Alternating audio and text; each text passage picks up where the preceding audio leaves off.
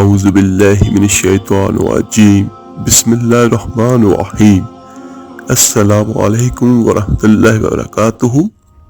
میرے عزیز بھائیو بہنوں اور بچوں، یقین کی دو ہی صورتیں ہوتی ہیں، کوئی اللہ کے لیے سب کچھ چھوڑ دیتا ہے اور کوئی اللہ پہ ہی سب چھوڑ دیتا ہے۔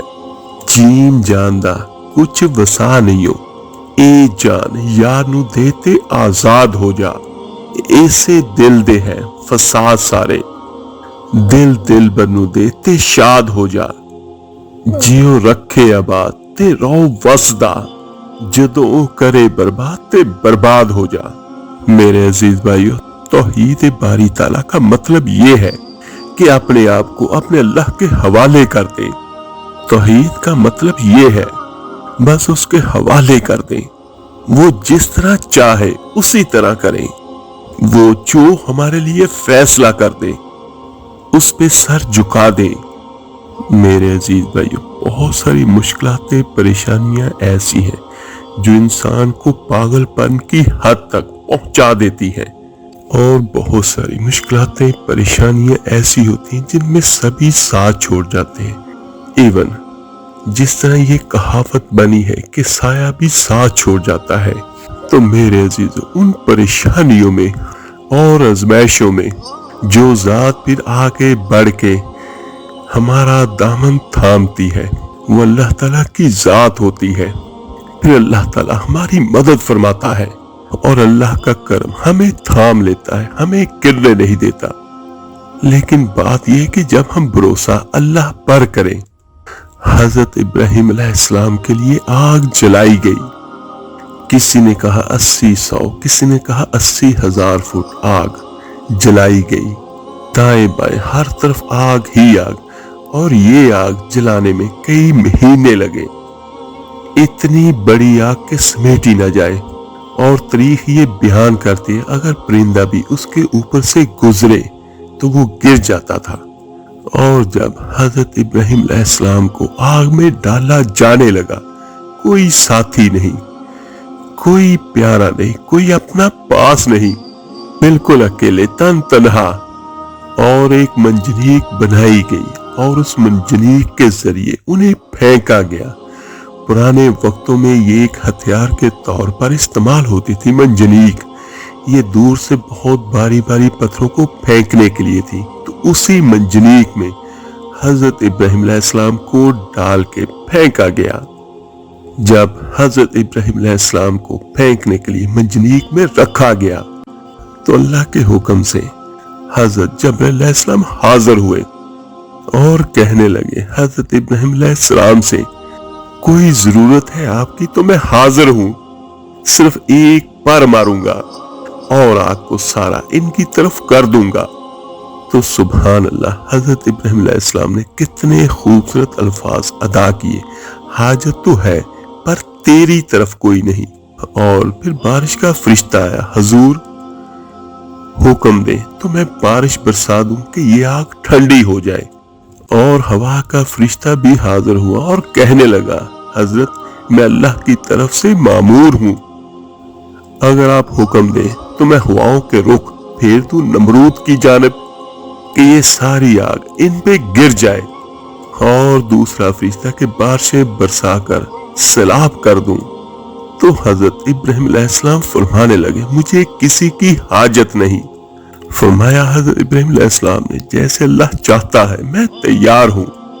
حضرت جبرائیل علیہ السلام عرض کرتے ہیں، حضور میں آیا ہوں، مجھے حکم دے۔ تو فرمایا حضرت ابراہیم علیہ السلام نے، آپ کی کوئی ضرورت نہیں، آپ جائیے۔ تو یہاں پر حضرت جبرائیل علیہ السلام نے فرمایا حضرت ابراہیم علیہ السلام سے، تو پھر آپ اللہ سے دعا ہی کر لے۔ تو یہ سن کے حضرت ابراہیم علیہ السلام کی آنکھوں میں آنسوؤں کے قطرے چمکے اور فرمانے لگے کہ اللہ کو نہیں پتا کہ اس کا خلیل کس حال میں ہے؟ کیا وہ نہیں جانتا؟ وہ میرا مالک ہے، میرا رب ہے، میری پیشانی اس کے سجدوں سے آشنا ہے، میں صرف اسی کی بارگاہ میں جھکتا ہوں۔ جب مالک وہ ہے، رازق وہ ہے،